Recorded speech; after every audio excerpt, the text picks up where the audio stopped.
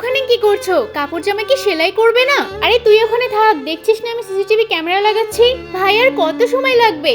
এই তো বোন হয়েই গেছে, এখন তো আমি গাছ থেকে নেমে পড়ছি। ঠিক আছে ভাই, তুমি আমার সাথে চলো, আমি তোমার টাকাটা দিচ্ছি।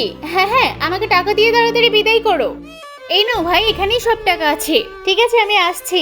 মা, আমরা থাকতেও তুমি আবার ক্যামেরা লাগাতে গেলে কেন? তুই দেখছিস না দাদি এক এক দিন এক এক রকম ভাবে ছদ্মবেশে আমাদের বাড়ি থেকে চুরি করার চেষ্টা করছে। ক্যামেরা লাগিয়েছে, এই ব্যাপারটা তো দাদিকে গিয়ে তাড়াতাড়ি বলতে হবে, দাদি তো আবার বিপদে পড়বে। দাদি, তুমি চাইলেও আর চুরি করতে পারবে না, ওরা তো সিসিটিভি ক্যামেরা লাগিয়ে রেখেছে। আমাকে চুরি করা থেকে কেউ আটকাতে পারবে না। দাঁড়া, আমার মাথায় একটু ভাবতে দে, কি করি কি করি। এই, তুই আমার সাথে চল, আমার মাথা এখন কাজ করছে, কে জানে কি করবে।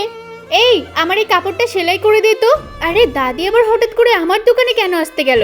যাই হোক, সিসিটিভি ক্যামেরা লাগানো আছে, চুরি তো করতে পারবে না। এই তো গাছে উঠে পড়েছি। হ্যাঁ হ্যাঁ, নিজের কাজ কর। এই ক্যামেরাটাকে আমি এখন গামছা দিয়ে বন্ধ করে দিয়েছি। এখানে তো আবার সুতো শেষ হয়ে গেছে, মেয়েটাও যে কোথায় গেল, আমি বরং ঘর থেকে নিয়ে আসি। দাদি নিশ্চয়ই চুরি করবে না, আমার ক্যামেরা লাগানো আছে, চুরি করলে তো ধরা পড়ে যাবে। দেখি দেখি এই বক্সের ভিতর কয় টাকা আছে, টাকা পয়সাও চুরি করে নেব। আরে দাদি, টাকা রাখো, মেশিনের মাথা নিয়ে চলো পালাই, নয়তো আমাদেরকে এবার ধরে ফেলবে। চলো চলো। আরে আমার টাকার মেশিনের মাথা কোথায় গেল? মনে হচ্ছে চুরি হয়ে গেছে। তোর তো অনেক বুদ্ধি খাটিয়ে চুরি করেছে, ওকে ধরা তো অসম্ভব হয়ে গেল।